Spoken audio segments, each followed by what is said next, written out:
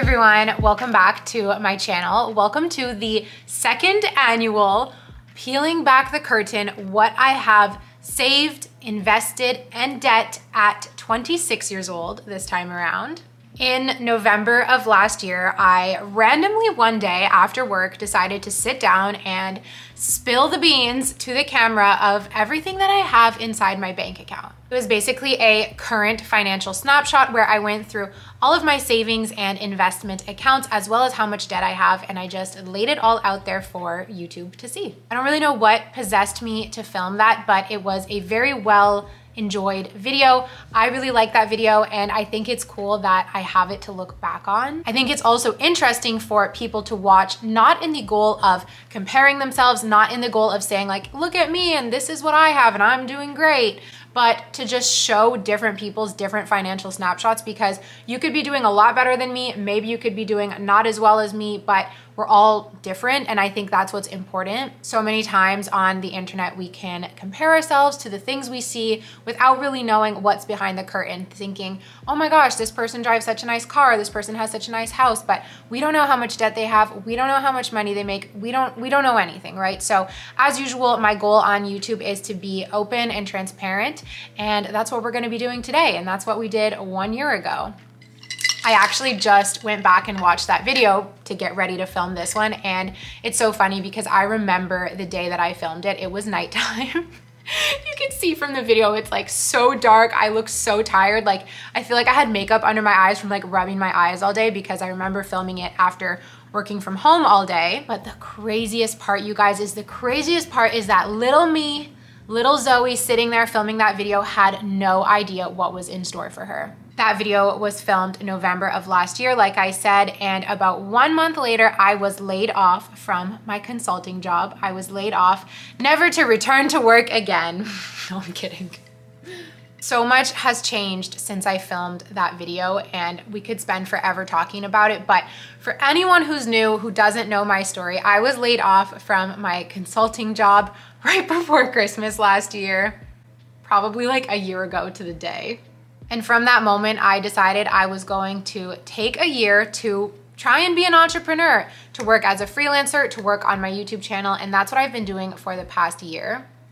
So my finances and my financial situation looks so different than last year, and what's crazy, something that I've been struggling with as we move towards this 1 year anniversary, I guess, of me being laid off, is realizing how much less money I've made this year. And while logically I know it's okay, the part of me that struggles with financial anxiety has a really hard time accepting that me at 26 has probably less money in the bank and has made less money than me at 25. That being said, although I have, mixed feelings about that, although it's something that I'm not necessarily proud of, I still want to film this video for the sake of honesty and transparency, because we're so hard with ourselves. But if I were to tell you guys, if I were to tell my friends or my family, like, if they were to come to me and say, oh, is it a bad idea to like take a chance on myself because I'll make less money? I would say no. And so I'm gonna sit here and say that out loud. But yeah, so much has changed from last year. Watching that video made me realize how much I took for granted a stable paycheck, because it's nice. Anyways, being an entrepreneur has its own perks. I love what I do for work, and it totally changed my financial situation. So let's stop rambling and dive in, shall we? Now, obviously, I'm gonna recommend for you to watch that video from last year. I think it's gonna be really funny when you see it and you see how dark it is, and maybe some of you watched it, maybe that's how some of you found my channel. I wrote down all of the totals, so I'm not gonna go like so much into detail about the stuff I talked about in the last video. I'm just gonna tell you the amount that it was last year and how it is now.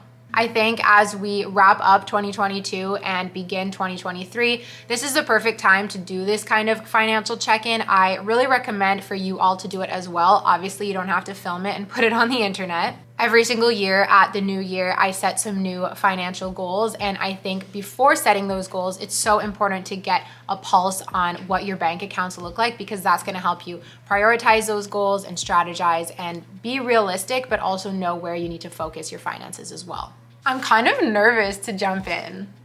Okay, so like I said in that video, first of all, this isn't about comparison, okay? I'm not saying I'm fantastic and I'm not saying I'm terrible. I'm just a girl, okay? I live in Canada, so all of these amounts are in Canadian dollars. And we're not gonna talk about what's in my checking, and we're not gonna talk about what's on my credit cards. I do not carry a balance on my credit cards. That's something that I am adamant about. The interest rate is way too high, and my checking account fluctuates so much that there's just no point in talking about it. The other thing that's so interesting comparing last year to this year is how bad my investments have been doing. Alrighty, so we have investments, and then under investments, we have funds and stocks. Most of my money is in funds, which is a safer and more diversified fund that is not managed by me. So I'm not choosing the individual stocks. It is managed by Wealthsimple. First up, we have my TFSA, which is a tax-free savings account. Last year I had $6,600. This year, $6,491. So I have less money this year, and I did contribute to it throughout the year. So that just goes to show how poorly my investments are performing. I can actually see here that I am down 9.44% from all time. That's how down this investment has gone. However, the projection on Wealthsimple is that by the time I'm 65, if I add no more money to it, this $6,000 will grow to $19,000. So that's actually pretty good. I mean, 65 isn't a long time, but that is the power of compound interest. That's why investing is so important, blah, blah, blah. So I have less money in my tax-free savings, even after putting money in, than I did last year. Next up is my RRSP, Registered Retirement Savings Plan. This is the retirement account that has some government benefits. It also can have some employer benefits. If you work for a corporation, chances are your employer has some kind of RSP matching, which is fantastic. I used to have this at my old job and it was amazing. It's basically free money from your employer. So if you work a corporate job, highly recommend you look into investing with your RSP, with your employer's RSP.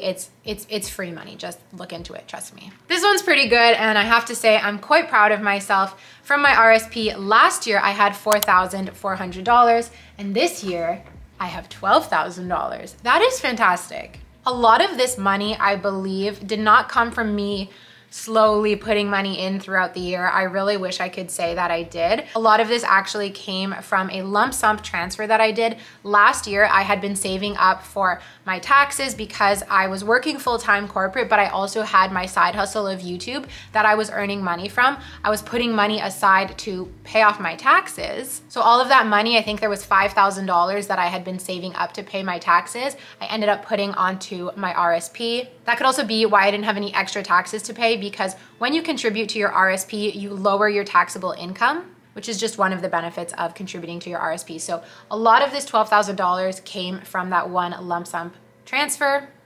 That being said, it's still growth and I'm grateful for it. But this one as well, the investment side of things has not been doing well, and it's down 9% also.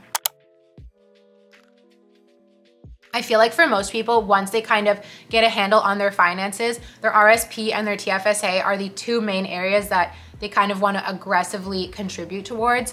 That was my goal as well. I think if I was still working corporate, or if my entrepreneurial ventures made me loaded in 1 year, which they did not, I would have been putting money aside into those. However, it was very like a slow growth. Some months were higher in terms of income, some months were lower, and that's okay. It's totally fine. However, it did not leave me with a bunch of extra income at the end of the day after paying my rent, my car, blah, blah, blah. It didn't leave me a ton of room to invest in these accounts. So that's why, there wasn't a ton of like month by month investing. I think if you had asked me last year, like, would I be happy with these numbers? I probably would have told you no. However, sitting here now, knowing the year that I've had, knowing the challenges that I've faced, I'm very proud of these numbers because I didn't have to drain them, right? We could have drained them, so we're doing pretty good. The next account that we're going to look at is my emergency fund. This is also with Wealthsimple. However, it is not invested. It is just in a high interest savings account. Last year, the account was getting me about 0.5% interest. Now we're at 1.5 because interest rates have gone up. My goal amount for the emergency fund last year was $10,000, and in the account I had $12,000. And that is because I had put away a bunch of money to pay off my car. I had made this plan to help my credit score by buying my car on a loan with like a smaller down payment and then waiting 6 months and then making a huge lump sum payment onto the loan. So I was keeping all of that money in my emergency fund. I did go ahead and do that in, I think it was like February of last year. So my emergency fund was at $12,000, then it went down quite a bit. Right now, as we sit here, my emergency fund is at $4,000. So I'm almost halfway towards my goal of $10,000. And this number makes me really happy. I know it's like, oh my gosh, it's less than last year. You didn't hit your goal, blah, blah, blah. But you guys, the amount of times I had to dip into this account this year to cover my living expenses and to cover my monthly spending, it's not even funny because, I mean, I can't say it enough. This year has been challenging. But the fact that now I'm on a much stabler footing and income and all of that than I was even this summer. This summer was when I was taking from my emergency fund and having to take up from my savings to pay for my rent.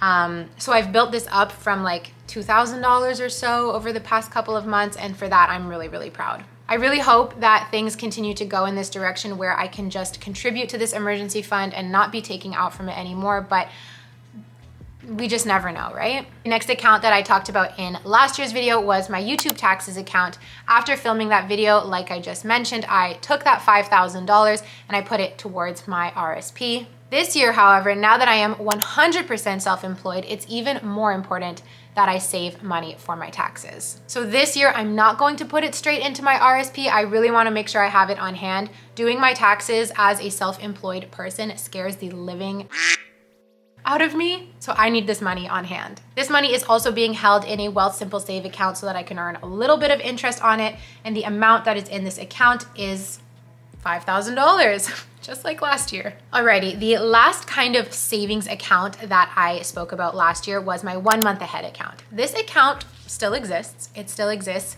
Last year it was full at $1,510, which is my monthly rent and parking payment. This month, I actually don't know how much is in here right now. I know it's not full, but let's open my banking app and find out. So watching that video kind of made me a little bit sad because building up my 1 month ahead account was such an achievement for me. I made a whole video about it. I was really, really proud. It relieved a lot of the stress that I felt because every month I had my rent put aside. I wasn't paying my rent straight from my paycheck. I was saving up for it in advance, and that felt really good.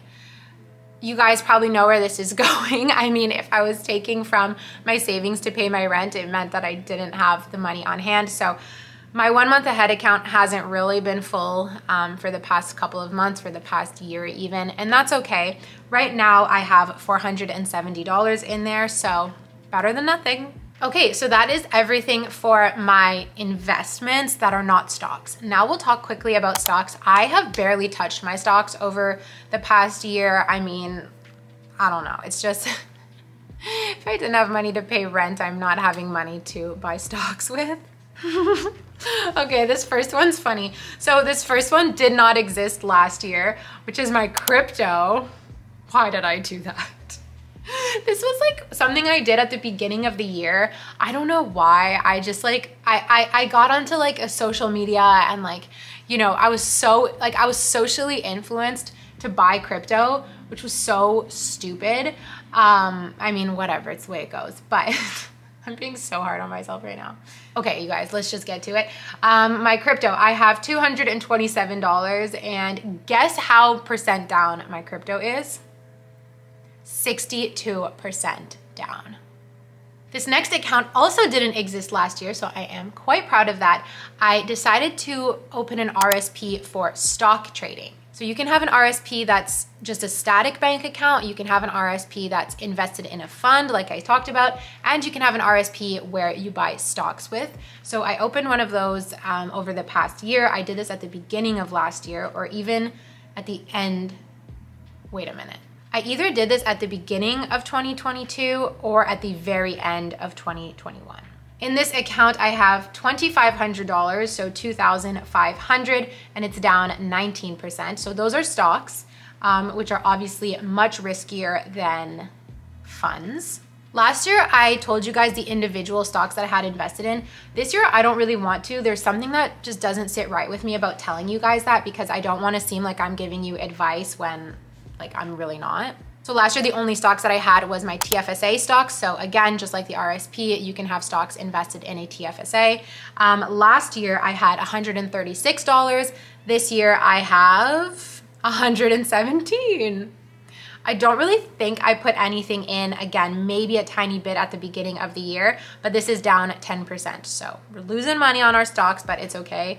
Some of these companies, I have faith that they will go back up. Actually, all of these, I have faith that they will go back up. As we all know, the market's just very bad right now. But my overall investment sort of philosophy, if you will, is that it's for the long term. I'm not looking for any get-rich-quick scheme with investing. I don't even believe that exists. So it's very, very much long-term focused. Okay, let's get into the juicy part now. Now let's talk about debt. I actually love talking about debt. It's something that, I don't know, brings me a lot of comfort in a weird way because we're so not alone, and I just think it's so important to talk about debt. I think it's more important than talking about investing. There's so many books and all that out there, but I just love talking about debt. That's like my thing, I guess. Once again, if you had asked me last year if I thought that I would be sitting here with debt at 26, I would have told you, no way, for sure, I'm gonna pay off all my debt. I'm gonna pay off my car loan. I'm gonna be debt-free this time next year.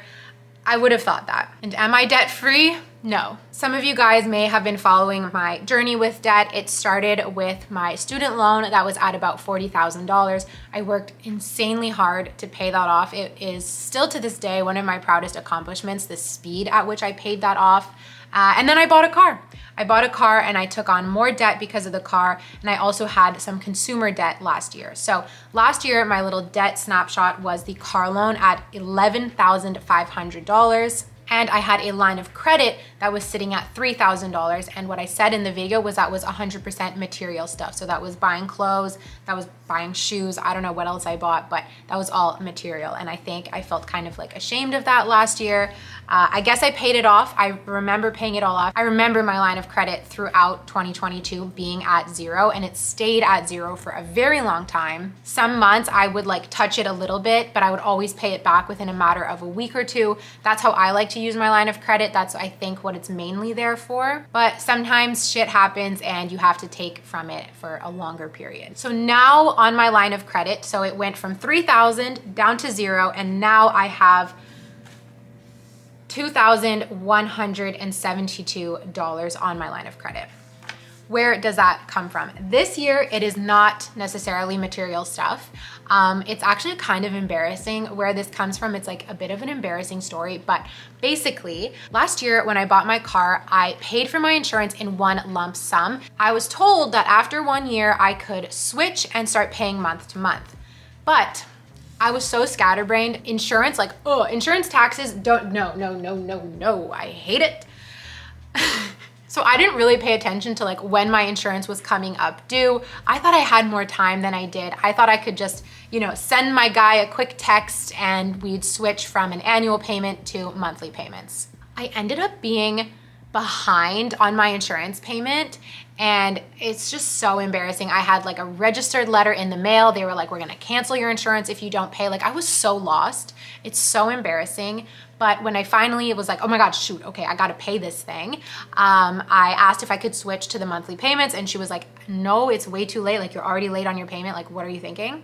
So I had a very high lump sum amount. It was something like almost $4,000 for my annual insurance that I had to pay right then and there. I wasn't prepared for it. I didn't foresee it coming. Like, it was really bad. It's 100% my fault. So I put that on my line of credit. I ended up getting a small credit back because I increased my license class, which lowered my insurance, but it only lowered it by like $700. So a big chunk of money had to go onto my line of credit because I just wasn't prepared for it, and it sucks. I've already made some payments towards it, which feels amazing. I really, really want to get that number down. I don't like having debt. I know I just said like I love talking about debt, but I don't love having it. So I'm working very aggressively right now to pay down that $2,700, but that's where we're at. So it's funny because it's a similar amount to last year, but it's for completely different reasons, and it's, you know, it came, it went, and that's the way it is. Last up is my car loan, which I had said was at $11,500. That's a ton of money. Like I told you guys, I took from my emergency fund and paid a big lump sum of that off. It was probably something like $6,000. And now that car loan is left at $2,939. I'm so proud of this. I just can't wait for it to be gone. Owning a car makes me feel very proud, and I can't wait for the day that I'm like, I just own my car outright. I have no debt on my car. I can't wait for that day. I really hope that it happens in 2023. And I make bi-weekly payments on that debt. So every 2 weeks, $104 comes from my checking account and goes towards paying that debt. I think the projection is like, if that keeps up, I have another 2 or 3 years or something like that. We can actually do the math. Yeah, so if I keep up with those bi-weekly payments, I have a little over a year left of paying off the car, but hopefully I can make some thicker lump sum payments throughout the year to like get that debt paid off. So my total debt right now is $5,111.60. I feel like that is the only area where I'm better off than last year, but it's okay. Just like I said last year, I am not gonna sit here and like calculate my net worth for you guys or anything like that. That's not the point of this video. The point of this video is just, again, to peel back the curtain, show you guys what a very regular girl's bank account looks like. I hope you guys enjoyed this video. If you did, please give it a thumbs up. Make sure you're subscribed. I post money videos all the time. So if you like this, if you wanna keep the discussion about money going, please subscribe, stick around. I have so many videos that you can check out from the past and so many more to come. So I hope you will enjoy that. Thank you very much for watching this video. Hope you have a fabulous rest of your day, and I will see you in my next video. Bye.